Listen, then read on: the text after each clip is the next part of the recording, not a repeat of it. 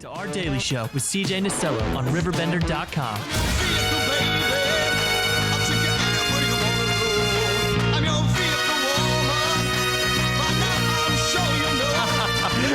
It is 10:06 right back here on this Friday in the heart of the Riverbend. You aren't Scott Montesano. We just had him on. We had the warm-up. That's what somebody in this room said just a few moments ago. Alex Redman returning to Alton for a few days, man. How is everything going? Oh, it's going great. Well, I just appreciate you having me on the show. Yeah, man. So last year, part of the River Dragons in a hell of a season. The pennant's still over your shoulder right there. Western Conference champions. And, take me through that season. Before we go into anything else, get some updates on you. What made that team so special to be a part of? Well, first of all, the way I got here and known Alton, because like Scott said, I would have never even known of this town. Right.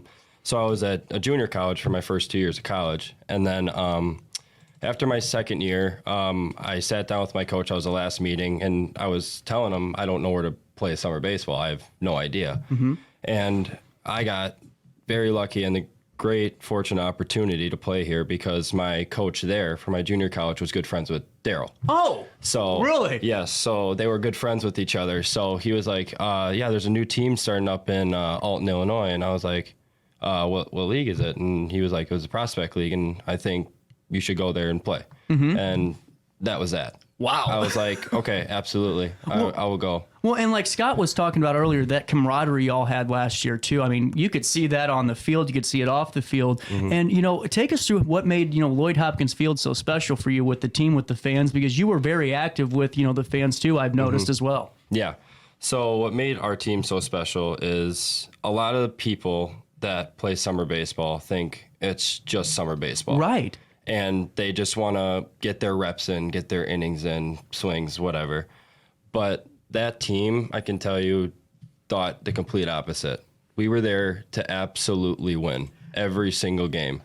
Well, and what's it like, we're talking about Daryl. I mean, you most winningest manager in summer baseball. Did you get able to really get some insight on how the game's supposed to be played? I've heard from the press box that, I mean, you study every pitch. It seems like you're always watching things. And was that because, did it help having Daryl there to really observe too? Oh, yeah, absolutely. Because Daryl was just like me when it came to that. He would watch. It would be sometimes just me and him watching the other hitters BP. We would just be standing in the dugout analyzing their hands, where their weights transferring, if they're going to be late on off speed or fastballs and everything like that. It was just great baseball, like IQ talk, and just breaking down other hitters' swings so we knew where to throw them. Mm-hmm. So, and that I'm so thankful for Daryl because we just had great conversations even throughout the game. Right. Like what we would do here and here and here.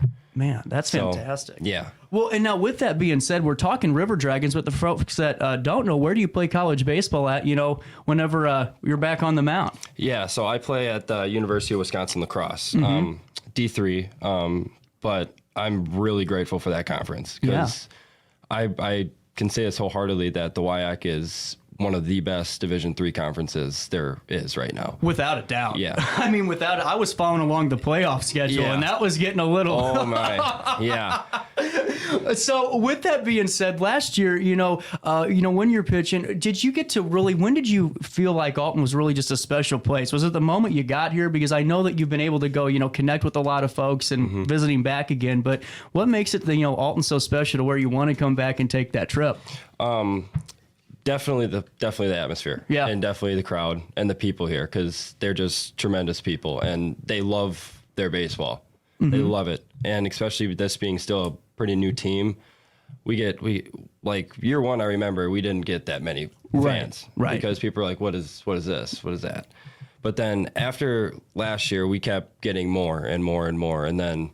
Obviously, the walk-off grand slam happened. We made it to the championship, and that really said we mean business, really. Without a doubt. And now I got to ask you, were you always a pitcher, or when did you start pitching? So I was a two-way throughout high school. I was an outfielder, but then once I got in the box and saw 94, I was like, nope. I blinked and the ball was in the mitt, and I was like, okay, nope, I'm just going to be a pitcher. I want to throw that. I want to do that. So. Without a doubt. So I got to ask you then, is whenever you're working on stuff, because this is me just the novice, wiffle ball player, even though I did hear Scott Montesano bragging about his home run derby victory the other day. I always like to, mess with grips and stuff. Is it similar with how you pitch? Can you find your own grip on certain pitches? Because I don't know how that works. Like a circle change, can you alter it a little bit, or is it one grip for everything? For me, it's really all about what's working for me that day. Really? Yes. Huh. So I do the same grips and everything like that, but you're going to run into games where, okay, my off speed's not working. Yeah. Or my fastball's not working. Now I have to pitch backwards to hitters. So it's really important. Like during this season, I would just literally hold the ball in the dugout all game and just work on my grips. Really? Yep. That's just interesting. work on my grips. Just keep familiarizing myself with my grips, my changeup, my curveball, fastball, and everything like that. Without a doubt. So before we take a break, because I have to pay some more bills, I got to ask you this. I've always wanted to know what the conversation at the mound sounds like, and whether it's a good game. Maybe we'll start with, maybe the not so great games. What does that sound like? Because I've always wanted to do voiceover for it, like mountain visits and stuff. Managers out there, hey man, not working for you. What does that actually sound like? Well, I think it depends on how your outing's going. Right. Because if they see you're very tense and everything, they'll make you laugh. They'll try and make you laugh out there. Really? Oh yeah. And same with our teammates too. If we just call a little team meeting on the mound, we'll just mess around and just get relaxed and feel loose and just get back to playing. Oh, right on, man. I like that. I've always wondered that. I'm like, man, it's like the anchors talking, when the credits start rolling. It's like, what are they saying to each other? Our conversation with Alex Redman continues after a quick one in the heart of the Riverbend. Dive into a world of breathtaking water gardens and features during Pondorama, hosted by the St. Louis Water Garden Society, now in its 23rd year. This self-guided tour features 23 water gardens spread across the St. Louis area with a variety of themes, styles, and designs to explore. From cascading waterfalls to colorful koi ponds, there's something for everybody at Pondorama. Don't miss out on this incredible experience on June 24th and June 25th. Get your Pondorama tickets now online or by scanning this code.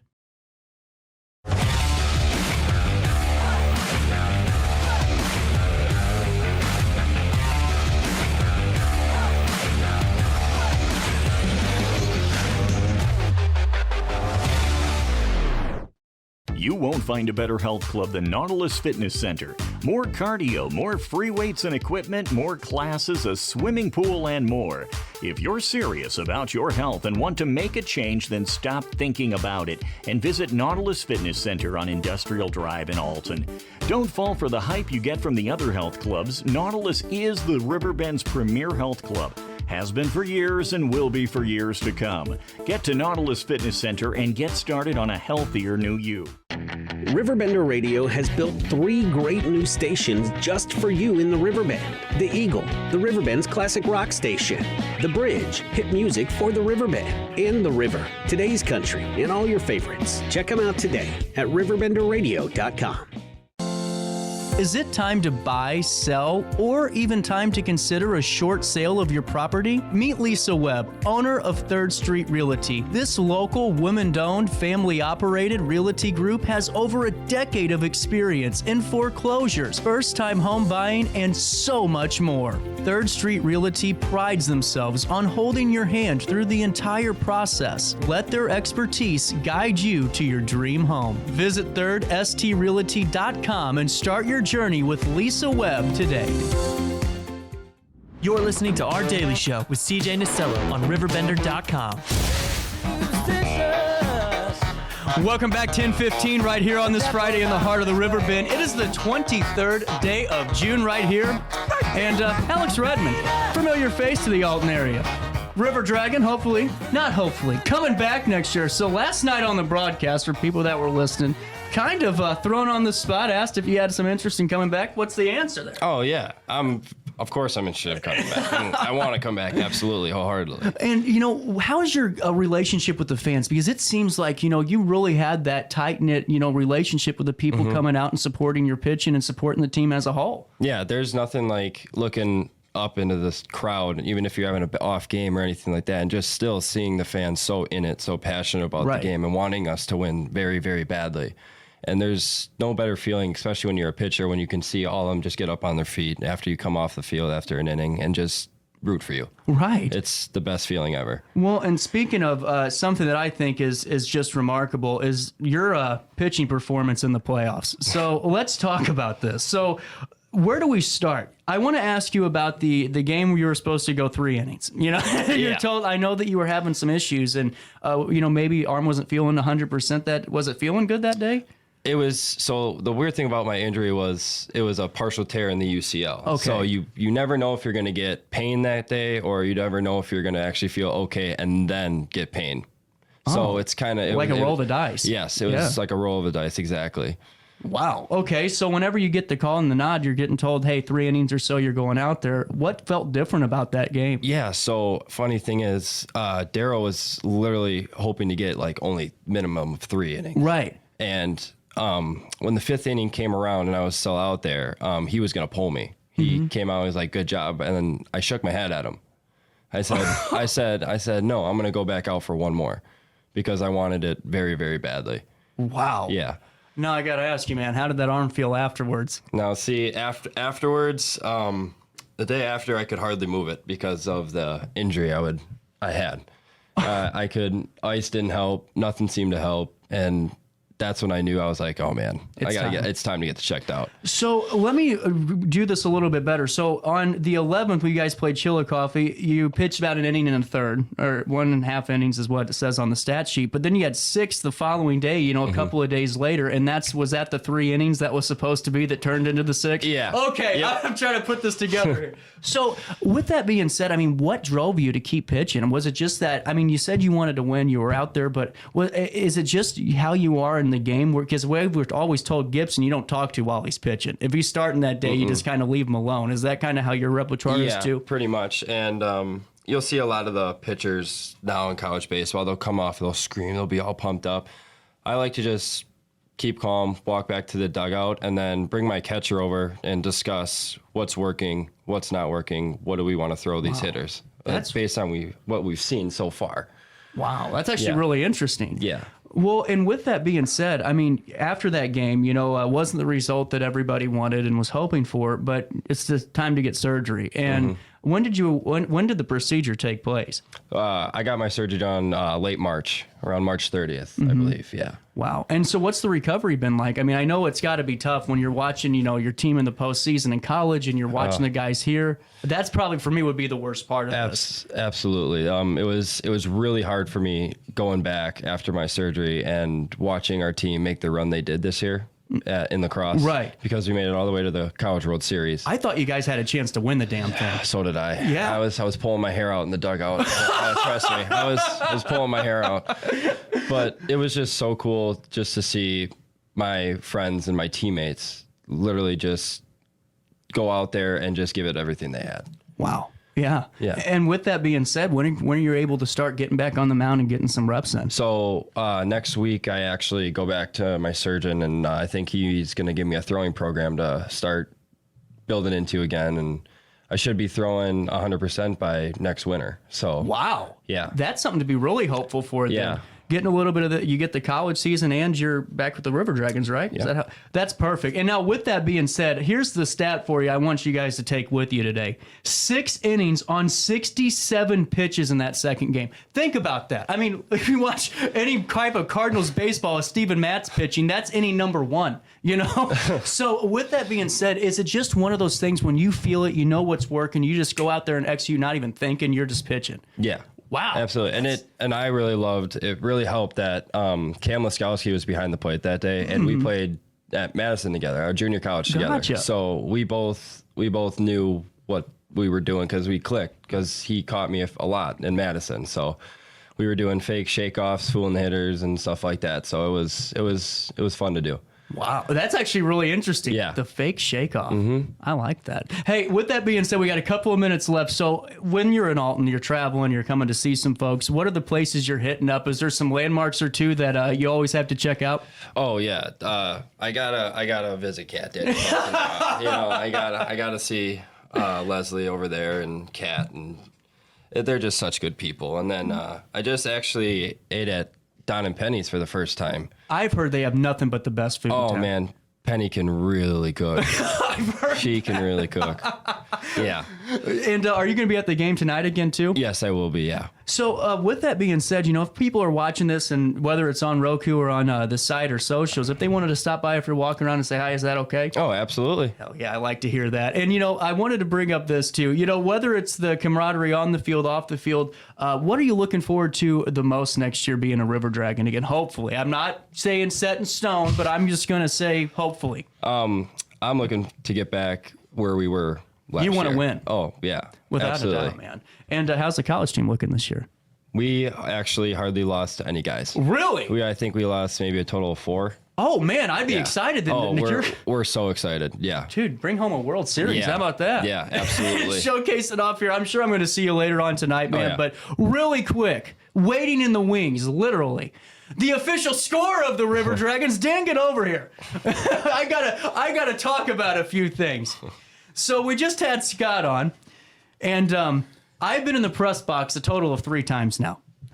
It's pretty lively in there. I could spend the next 40 minutes rebutting half of what he said.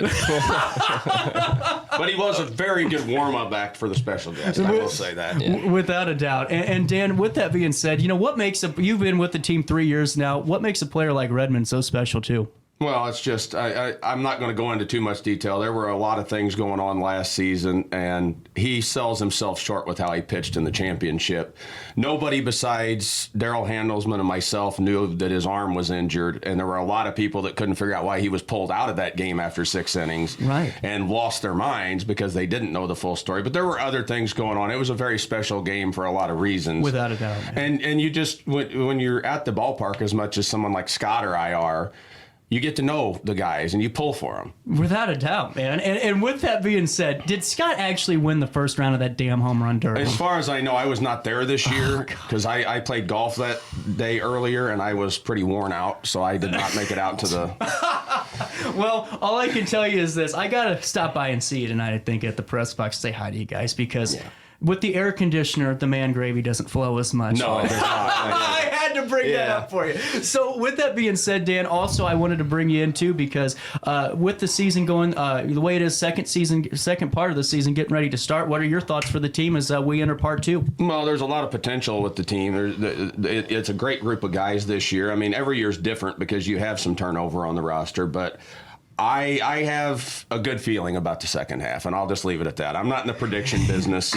I worked in politics for too long to get in the prediction business, but I got a good feeling about things. So just get out and watch and keep an eye on things. Well, and another thing, too, I wanted to highlight really quick before I moved on to something else was I was sitting there watching you do the scoring, and as someone that, I go to the games, I never realized how much went into scoring a baseball game. I mean, talk about being attentive the entire time.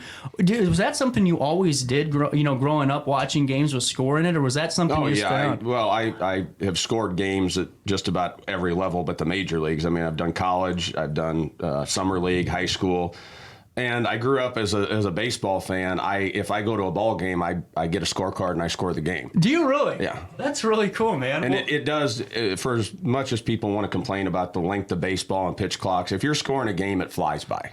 Because you are watching every single thing that happens in the game. You don't get to take a pitch off. Right. And with that being said, I'll be talking to Dan and Alex later on today, and if you guys are out and about, stop by the Lloyd Hopkins Field and say hi to everybody. But wanted to ask you about this, Dan. We are about 10 days away from the 4th of July extravaganza on the riverfront. I Love the 90s on August the 4th. Great commercial, by the way, if I do say so myself.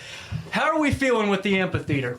As good as any year. We're full steam ahead. Best fireworks in the Midwest. It's true. On July 3rd, so we hope to see the riverfront full of people again. Without a doubt. And how's the I Love the 90s tickets going? They're doing very well. We thought that show would do well here. The tickets are selling. If you want a VIP ticket, I suggest you buy them as soon as possible. Without a doubt, because I'm telling you this, I want VIP tickets, but I got to have a booth out there, so I just get to watch the festivities. But man, all summer long, the amphitheater pulling out some big events and having some great fun doing it. And is everything else lined up pretty good for the summer for the amphitheater? All the favorites are back. I'm always looking forward to the Food Truck Festival on August 26th this year, I think. Now, Redmond, has he told you about the Food Truck Festival? Mm-mm. Now, there's always one that breaks down on the side of the road. Oh, gosh. Okay, yeah. Now, last year, there was one that broke down about, 200 feet from the location they had to serve the food? On landmarks right in front of the amphitheater. If it had made another 100 yards, it could have broke down and still sold it. So time will tell. But, Dan, really, with all the work you're doing with the amphitheater and the commission as a whole, you got some great commissioners on there, some great community partners. This is going to be a busy summer for you with this team and everything else going on, but it's something you love doing. Well, huh? it always is now that I'm scoring for the team and still doing the amphitheater and still trying to work. You can hear my voice is almost gone. I am pretty worn out from the last couple of weeks. So why don't we make it all worthwhile by all filling the amphitheater on July 3rd and throughout the summer? And, Dan, one last question, kind of a both of you question. Whenever you're watching a pitcher like Alex, and Alex, I talked to Steve Marceau, the owner of the River Dragons, and just hearing your interactions with the fans, is it one of those for you, Dan, as a scorer, as somebody in the press box watching the team, that those type of things are invaluable compared to you can always be a great pitcher, but that interaction and really stopping and talking to the little fans that are out there loving baseball, for you as somebody that just oversees things, how is that to watch? Well, it's to see all of our players how they interact with the fans, and particularly the kids, because you want to get more people involved in baseball, so you got to start them young. But he sells himself short. He's got one of the highest baseball IQs I've ever seen. Mm-hmm. When I talk to him, or I would talk to Daryl after games, and even our manager this year, Scotty Scott, I learned something. Mm-hmm. And that's the best part about it. And I'm a diehard. I pride myself on my baseball knowledge. But being around people like Alex and then Daryl and Scotty, and even our broadcaster who he is the winner of the first round of the Home Run Derby. It's like Al Bundy. He'll be saying that for 40 years. He's the winner of a lot of things. Now, Alex, what's your best pitch? See, I never have an answer for that. Really? To be honest with you, yes. It all depends on what's working. Really? Dan, what are you thinking? Same answer? Same answer. There you go. I like that. Alex, Dan, I'll see you later on tonight, man. And I'm looking forward to seeing you in a River Dragons jersey next year. Absolutely. Thanks for having me. No problem. 1028 on this 23rd day of June. We're going to be talking to Nancy here in a couple of seconds with some unique creations, some very cool dolls. And that's the only tease I can give you, because otherwise I spoil the surprise.